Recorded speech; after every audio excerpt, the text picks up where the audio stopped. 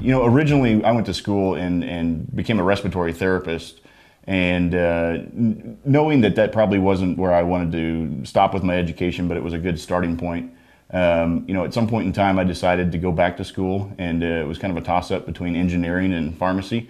I decided to go ahead and stay in the healthcare field, but whatever the decision was, I wanted it to have the potential to be able to be a small business owner at some point. With my wife being a CPA, we just thought it naturally made a good fit. And so I did decide to go back to pharmacy school eventually. And about halfway through pharmacy school, really having been involved with the National Community Pharmacists Association during school, and had some great mentors and preceptors in pharmacy school, I went ahead and made the decision that, it's not too early to go ahead and start looking for an independent pharmacy. We're not from the Phillipsburg area originally. My wife's from St. Francis, which is western Kansas, and I'm from the northeast Kansas. But we didn't want that to limit us in where we were going to choose to, raise a family, own a business, and become part of the community. And so really what we did was that summer, about halfway through pharmacy school, we took a map of the state of Kansas and just started highlighting towns that we thought would be a good fit. That there was one pharmacy or maybe two pharmacies in town that was the right size of what we were looking for, and just started going around. We made up CVs, we made up resumes, and went around and just started introducing ourselves to pharmacists that we thought might be of the retirement age or would be within the next couple of years.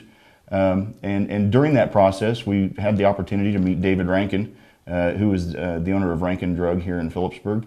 And just from day one, it was the perfect match. He was at the tail end of his career, was ready to get out, and was very accommodating, and excited to have a young couple come in and take over his store. And so it was a perfect match. And so in 2006, we bought the store here in Phillipsburg from Dave and Karen Rankin. We did rename it. At the time, it was Wenzel Drug. And really, at that point in time, I think that was probably our vision, or as far as our vision went. We had accomplished what we wanted to do. We wanted to be small business owners. We wanted to be pharmacy owners. And so we took over the drugstore, and it wasn't too long after that Phillipsburg really kind of started a revitalization project. The Phillips County Economic Development really kind of got up and running at that point. Things just started moving and shaking. It was really kind of a whirlwind there for a while. We started tearing down some old buildings on the south side of the square here, and people started really cleaning up their storefronts and putting up new awnings, and it's just been an amazing transformation downtown and here in Phillipsburg. And in 2009, then we decided to go ahead and build a brand new 5,500 square foot facility on the downtown area here, where we had tore down some old buildings. And in November of 2009, we completed that project. As part of that project, we also were able and fortunate enough to purchase the building next door as part of that lot. And so we had an empty building next door that we didn't really have any plans for at the time, but decided that it never hurt to have too much space. And so it was a bit fortuitous that we did that, because now we've grown into that facility as well. As Rob mentioned earlier, we with Wenzel Drug, that was our vision, to grow that business. And as we got more and more into it, we realized we were actually quite good at what we were doing. We were getting other pharmacists across the state and other organizations and companies looking at us and saying, wow, we really like what you're doing. How are you doing this? Starting to look to us for answers on new trends and technologies and whatnot. And pretty soon we realized that we had a good fit. We were doing rather well, and we wanted to grow and expand and provide more products and services. And we were busting at the seams, and we had no more room to do that. So that's when we decided to build this building, so that we could add a drive-through, so that we could add new products and services. We could grow into the home care industry. We now have oxygen services. And we really have done very little marketing with the oxygen side. It's just grown like crazy. It's definitely a need for our community, and we've got a respiratory therapist on staff now who has a lot of passion for her customers. And so, as the business grew, our vision and dreams kind of changed and evolved as we went through that. And, we really got to looking more at a regional scale instead of just a local scale, and really got to looking at, where is pharmacy in Western Kansas? And when you really look at it, the average age of the pharmacist out here is in his middle to late 50s. And so in 10 years or so, in 5 to 10 years really, we're going to have a big transition out here in Western Kansas when it comes to pharmacy. And it may not be a transition for the better. It was a concern of ours that if we don't find some younger pharmacists to come out here and help service this area, we may lose some pharmacies. And pharmacies in a small town, or much like the grocery store or the hospital, you lose that pharmacy and you lose part of your town, I think.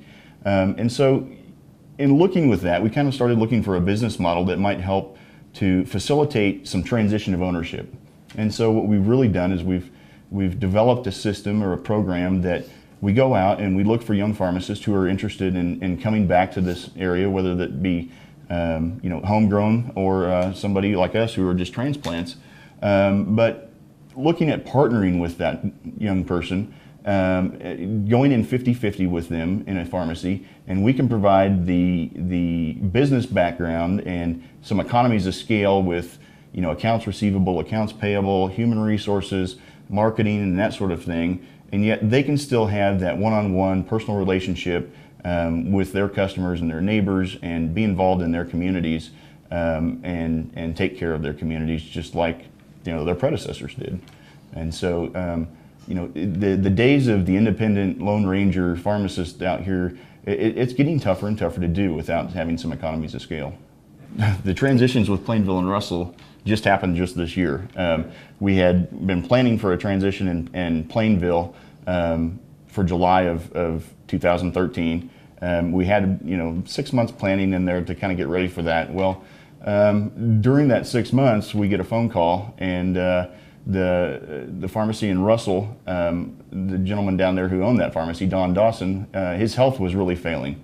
And so we went down there and met with him, kind of on a short notice basis, and he was looking to get out as soon as he possibly could, and really wanted out July 1st. And unfortunately we told him there's just no way we can do that. The Plainville store, we're closing on it July 1st, and so we came to an agreement to close on August 1st, which was really sooner than we probably should have, but we made it work. We've had some struggles, but I think the community's been very understanding, and has really welcomed us with open arms, and understand that we've had some bumps in the road, but that we're going to get there. Russell, coincidentally, was one of the communities that we were looking at when we went on a tour of Kansas back in the early 2000s. 2000s. Yeah, early 2000s. Russell was one of the communities that we were looking at, and had actually stopped in at this store. And so it's really come full circle that we're back now in that community looking at a store that we had talked to Don Dawson about back in the early 2000s. So we're very excited to be a part of that community, and have recruited a pharmacist that's a perfect fit for the community, Jake Wincheffel and his wife Kristen, and they have a 1-year-old daughter. He is originally from Smith Center, and so he is small town, and excited to be a part of that community as well. Many people think that anything west of Topeka, is that we're all living in the Stone Ages out here, but that it really is a misconception. I mean, we've been able to partner with some great technology driven companies, and Nex-Tech is one of them. With things like fiber to the premises, we're able to access computers in other communities, just as quickly. It's just as if I was sitting in front of that computer right here and now. Our internet speeds are so quick anymore that it's just amazing what we have access to out here. Other services that Nex-Tech has provided us is the revolving loan fund. We've been able to take advantage of that, and they were fantastic to work with when it came to that. And so, when as a small business you look for partners that can help you grow and expand your business, And we've been very fortunate in Phillips County with the Phillips County Economic Development Committee, but also looking outside of Phillips County and partnering with Nex-Tech and the revolving loan fund as well. So. Here in Phillips County, we have Jeff Hofaker, who is the Economic Development Director. He's been very instrumental in getting us hooked up with lots of great opportunity with grant funding, loan funding, and whatnot. And Jeff actually is the one that introduced us to Mindy Alexander and helped us work through all the paperwork and requirements necessary to apply for the revolving loan fund. There was quite a bit of paperwork involved with it and a lot of time and work put into it, but in reality it was all work that we needed to do anyway to make sure we had a good business plan in place. So from that regard, it does take a lot of time to put the paperwork together, but it really helps you make sure that you have a good business plan in place to go forth. By going through all those steps, and Mindy Alexander was great in helping you walk through each of those steps. And if you have any questions, picking up the phone, and she was right there to answer them and hold your hand through it. They want it. Nex-Tech wants to see the business succeed as much as we do, and they want to see this community in Western Kansas grow. And so, I think that's the whole idea behind the revolving loan fund is to, not only does Nex-Tech want to see their business grow, but they're also supporting other businesses and helping them too. And we've added actually quite a few new services in the last few years. One of my favorite new ones is our smartphone app, and it's kind of a fun one. Realize first thing in the morning you need a refill and you've got to hurry off to work. You just pull out your phone, click on a button and scan your bottle, and it sends that refill request directly to the pharmacy. And so basically you scan it and then you say whether you want to pick it up, have it delivered, or have it mailed to you. It's very convenient. And as a separate service, you can also sign up for us to send you a text message and or an email when your prescription's ready. So if you sign up for that service, you'll get a message during the day saying it's ready. So if you are in a huge hurry, in that morning you realize you need your medication, you got to hurry off to work, you only have a few minutes at lunch, you're going to get a message that morning saying it's ready. You can come to the drive-through, pick it up, and you're on your way. So we really have got some great services for those that are busy, hectic schedules, or may not think of it during the day to refill their medications. Just another add-on. People still call in their refills, come in person and whatnot. It's just an extra little service that we can provide.